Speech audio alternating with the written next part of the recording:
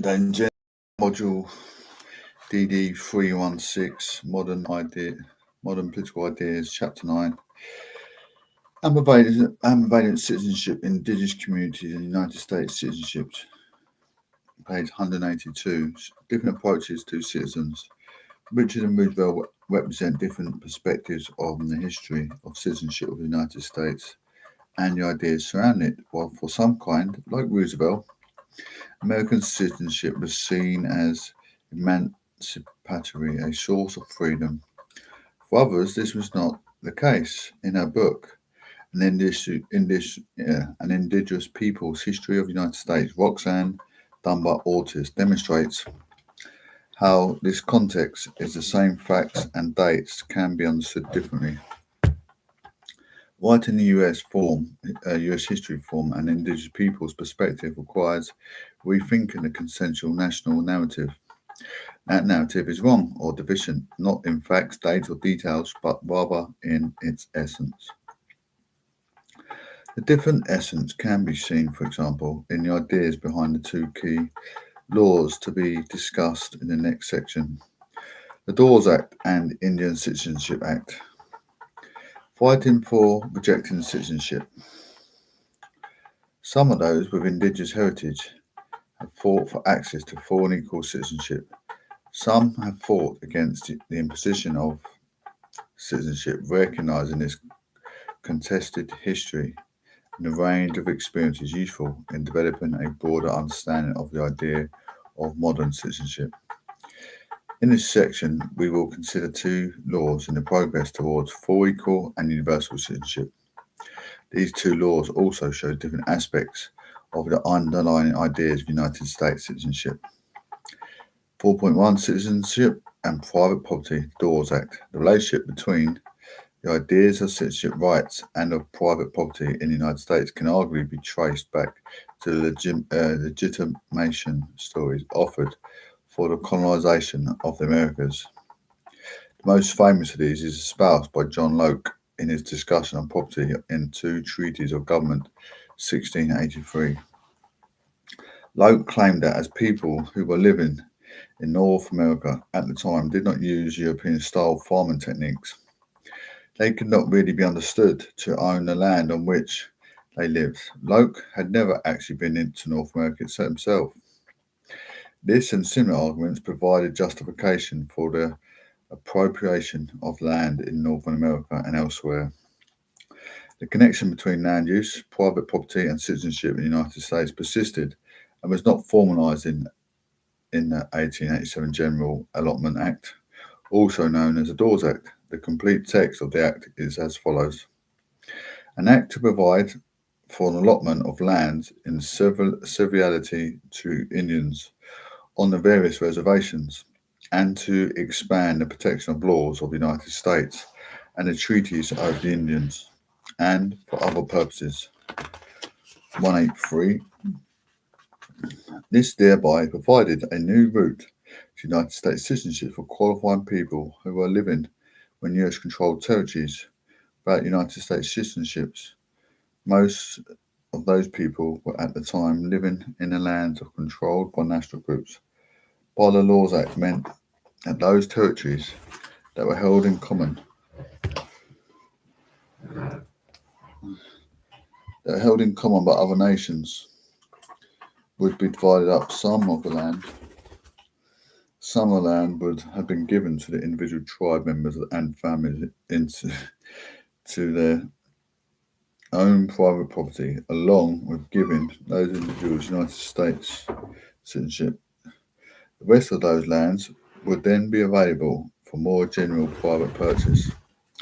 Senator Dawes was imposed the act and gave his name to it, delivered a speech in 1885, in which we can see his idea of citizenship as founded upon the private property. They have got as far as they can go because they have their own land in common. There is no enterprise to make your own home better than that of your neighbours. There is no selfishness, which is at the bottom of civilization, till these people will consent to give up their land and divide among their citizens so that each can own the land he cultivates. There will not take much more progress. The Dawes Act then was intended to provide numbers of indigenous communities with access to the political rights of United States citizenship. At the same time, it set out to civilise them through the adoption of the practices of private property, which was seen as foundational to that citizenship. Some saw the Dawes Act as part of a colonial project. There was a fear that it would break up both national and familial groupings as well as undermining political power. It is also feared that it would be used to appropriate territories that had been previously protected by the treaties.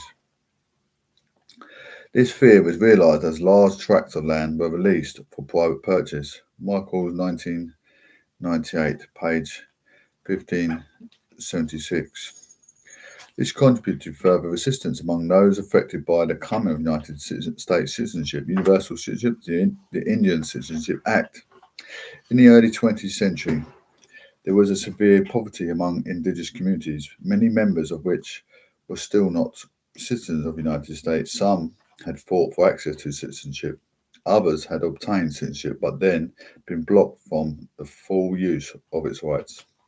Still others were still resisting the imposition of the Dawes Act. Some social reformers like Eleanor Roosevelt campaigned for a full and unconditional citizenship to be given to all remaining people with indigenous heritage in the United States.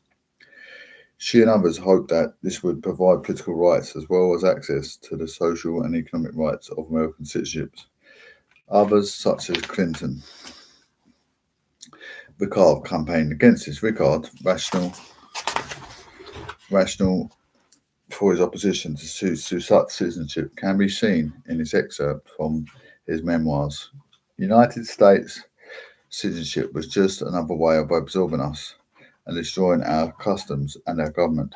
How could these Europeans come over here and tell us we were citizens in our own company?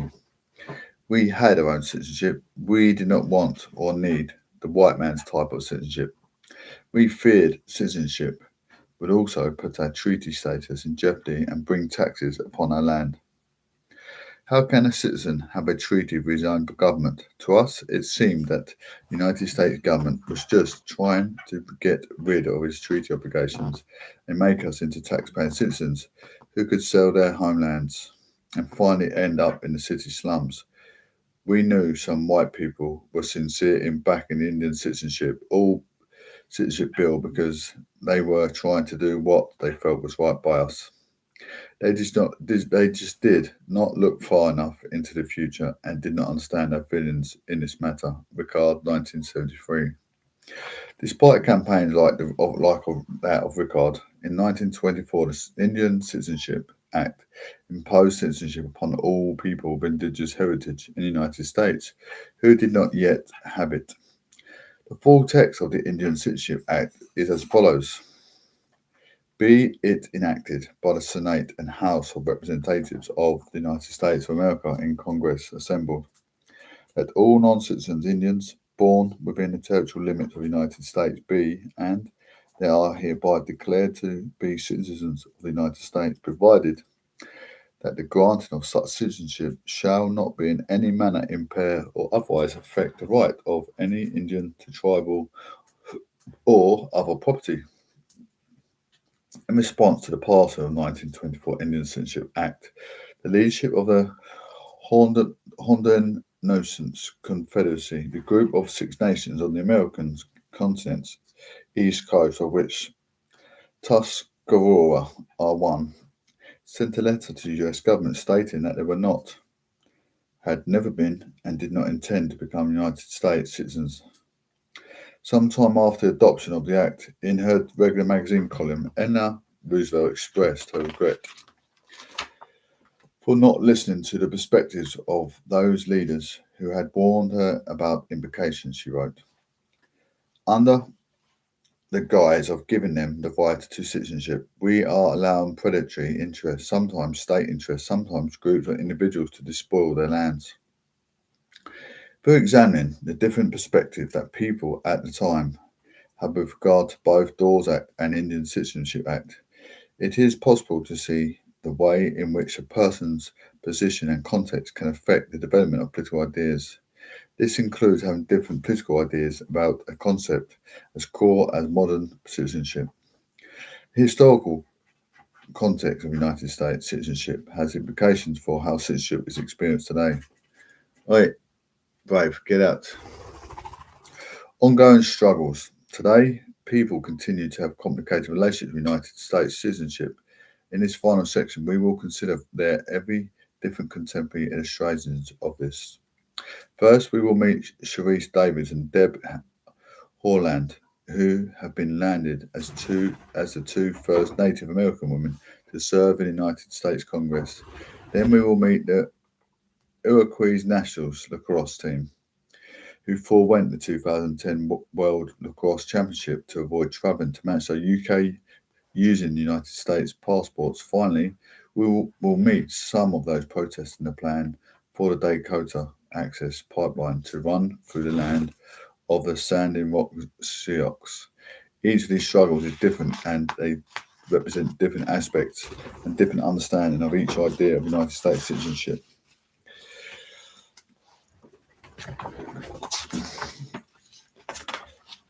Representation. As we have seen in this chapter, access to full citizenship for Indigenous peoples living in the United States had been contested on one hand and difficult to achieve on the other. Indigenous people have fought for access to citizenship, and, as in the case of John Elk in the 1880s, they have struggled to release full citizenship, such as the right to vote. They have been affected by a combination of race and gender discrimination, as well as challenges arising from the shared problematic history. In 2019, Sharice Davies and Deb Haaland were elected to the US House of Representatives, respecting districts from Kansas and New Mexico. Respectively, Davies is a member of the Ho-Chunk Nation, while Haaland is a member of the Gorna Pueblo people. Both have emphasized the personal importance of their membership of Indigenous peoples and how they have drawn upon their experience to try to influence thinking in American politics and discuss ways in which they hope that election can be helped to influence a shift in thinking in mainstream United States politics about the rights of Indigenous people. International recognition. The Haudenosaunee are a group of Sikh nations living on the east coast of North America, Simpson 2000.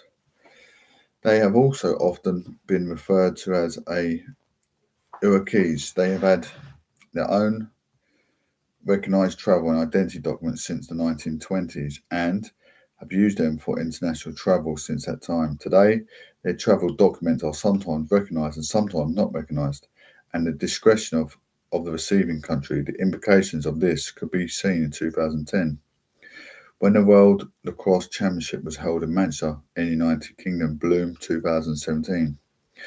In World Lacrosse, 3 teams dominate the top of the leaderboard in the United States, Canada, and Iroquois Nationals.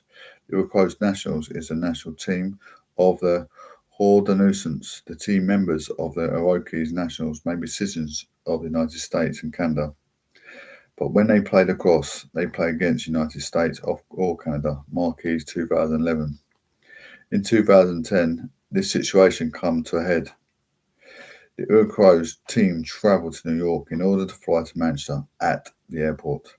They showed their travel documents but were told that they could not use them for travel.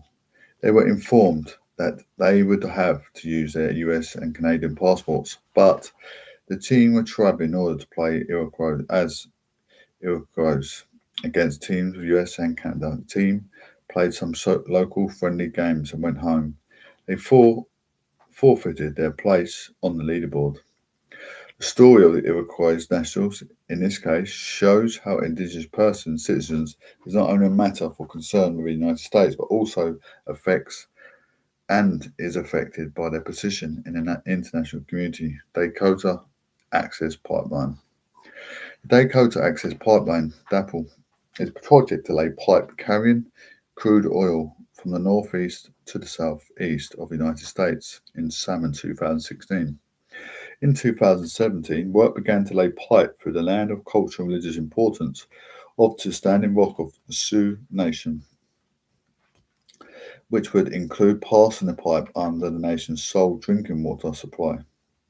The project has led to unprecedented protests. The nature of these protests and ideas of the people who have taken part in them raise interest questions about the nature of United States citizenship. Four aspects of these protests are particularly interesting here. First, the Standing Rock Sioux is pronounced, argued that they had pre-existing treaty rights to their territory where the pipeline was to be built. They did not consent to the project. As a result, they argued that laying of their pipeline would go against their indigenous land rights. Fredericks and Hebel in 2018, Mayor 2016. Second, members of Standing Rock Sioux used the language of international human rights, of climate justice, and of the American citizenship to support their cause, including invoking the First Amendment of the American Constitution. Cronk, Warner, 2016, and Fowland, 2018. Third, members of the indigenous groups travelled to the site in order to protest. McGibbon, 2016, articles written at the time of indicate that this led to a new sense of solidarity and reintegration of the complex ideas surrounding United States citizenships for indigenous peoples.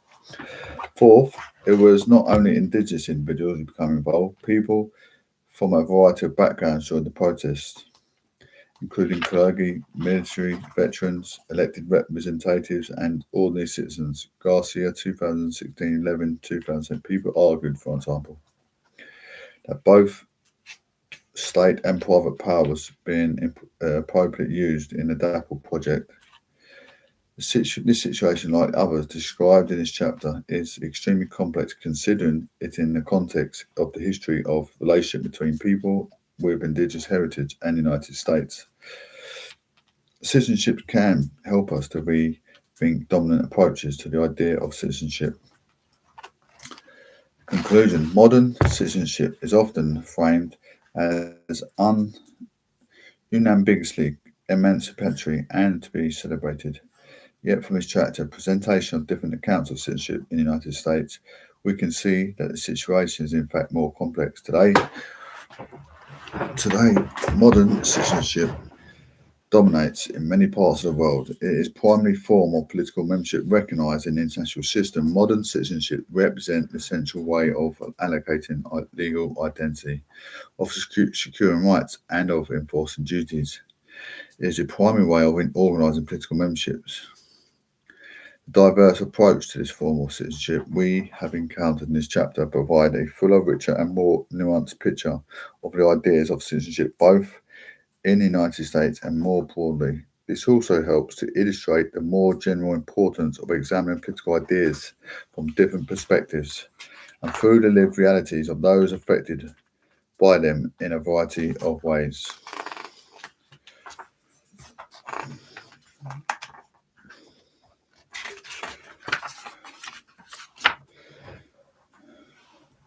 Introduction, page 199.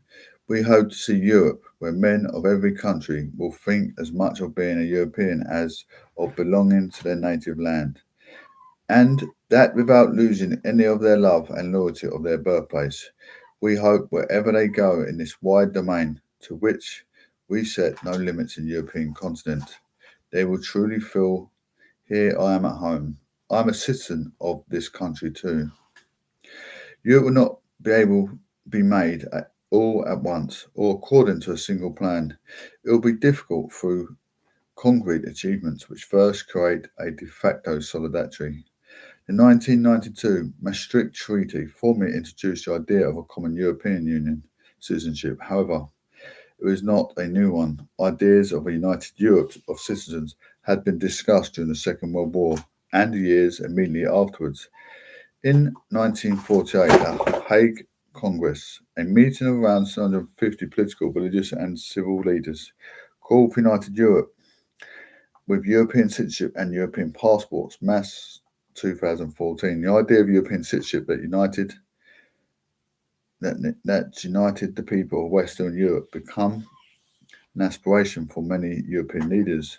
I bet one that would be realised that one only gradually and remains a work progress. The foundation of European citizenship and what it means to be a European citizen were laid in the early years of economic integration in the post-war period and have subsequently undergone development and revision leading to the broader contemporary visions of European citizenship that exist today.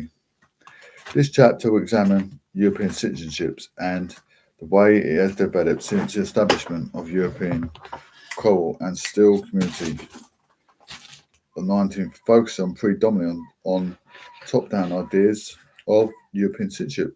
The chapter considers the way in which the meaning of European citizenship has shifted over time, from being an idea implicit in the mobility of workers to a fully articulated one that goes beyond mobility to something broader and indeed more contested. Alongside this, the European citizenship provides an opportunity.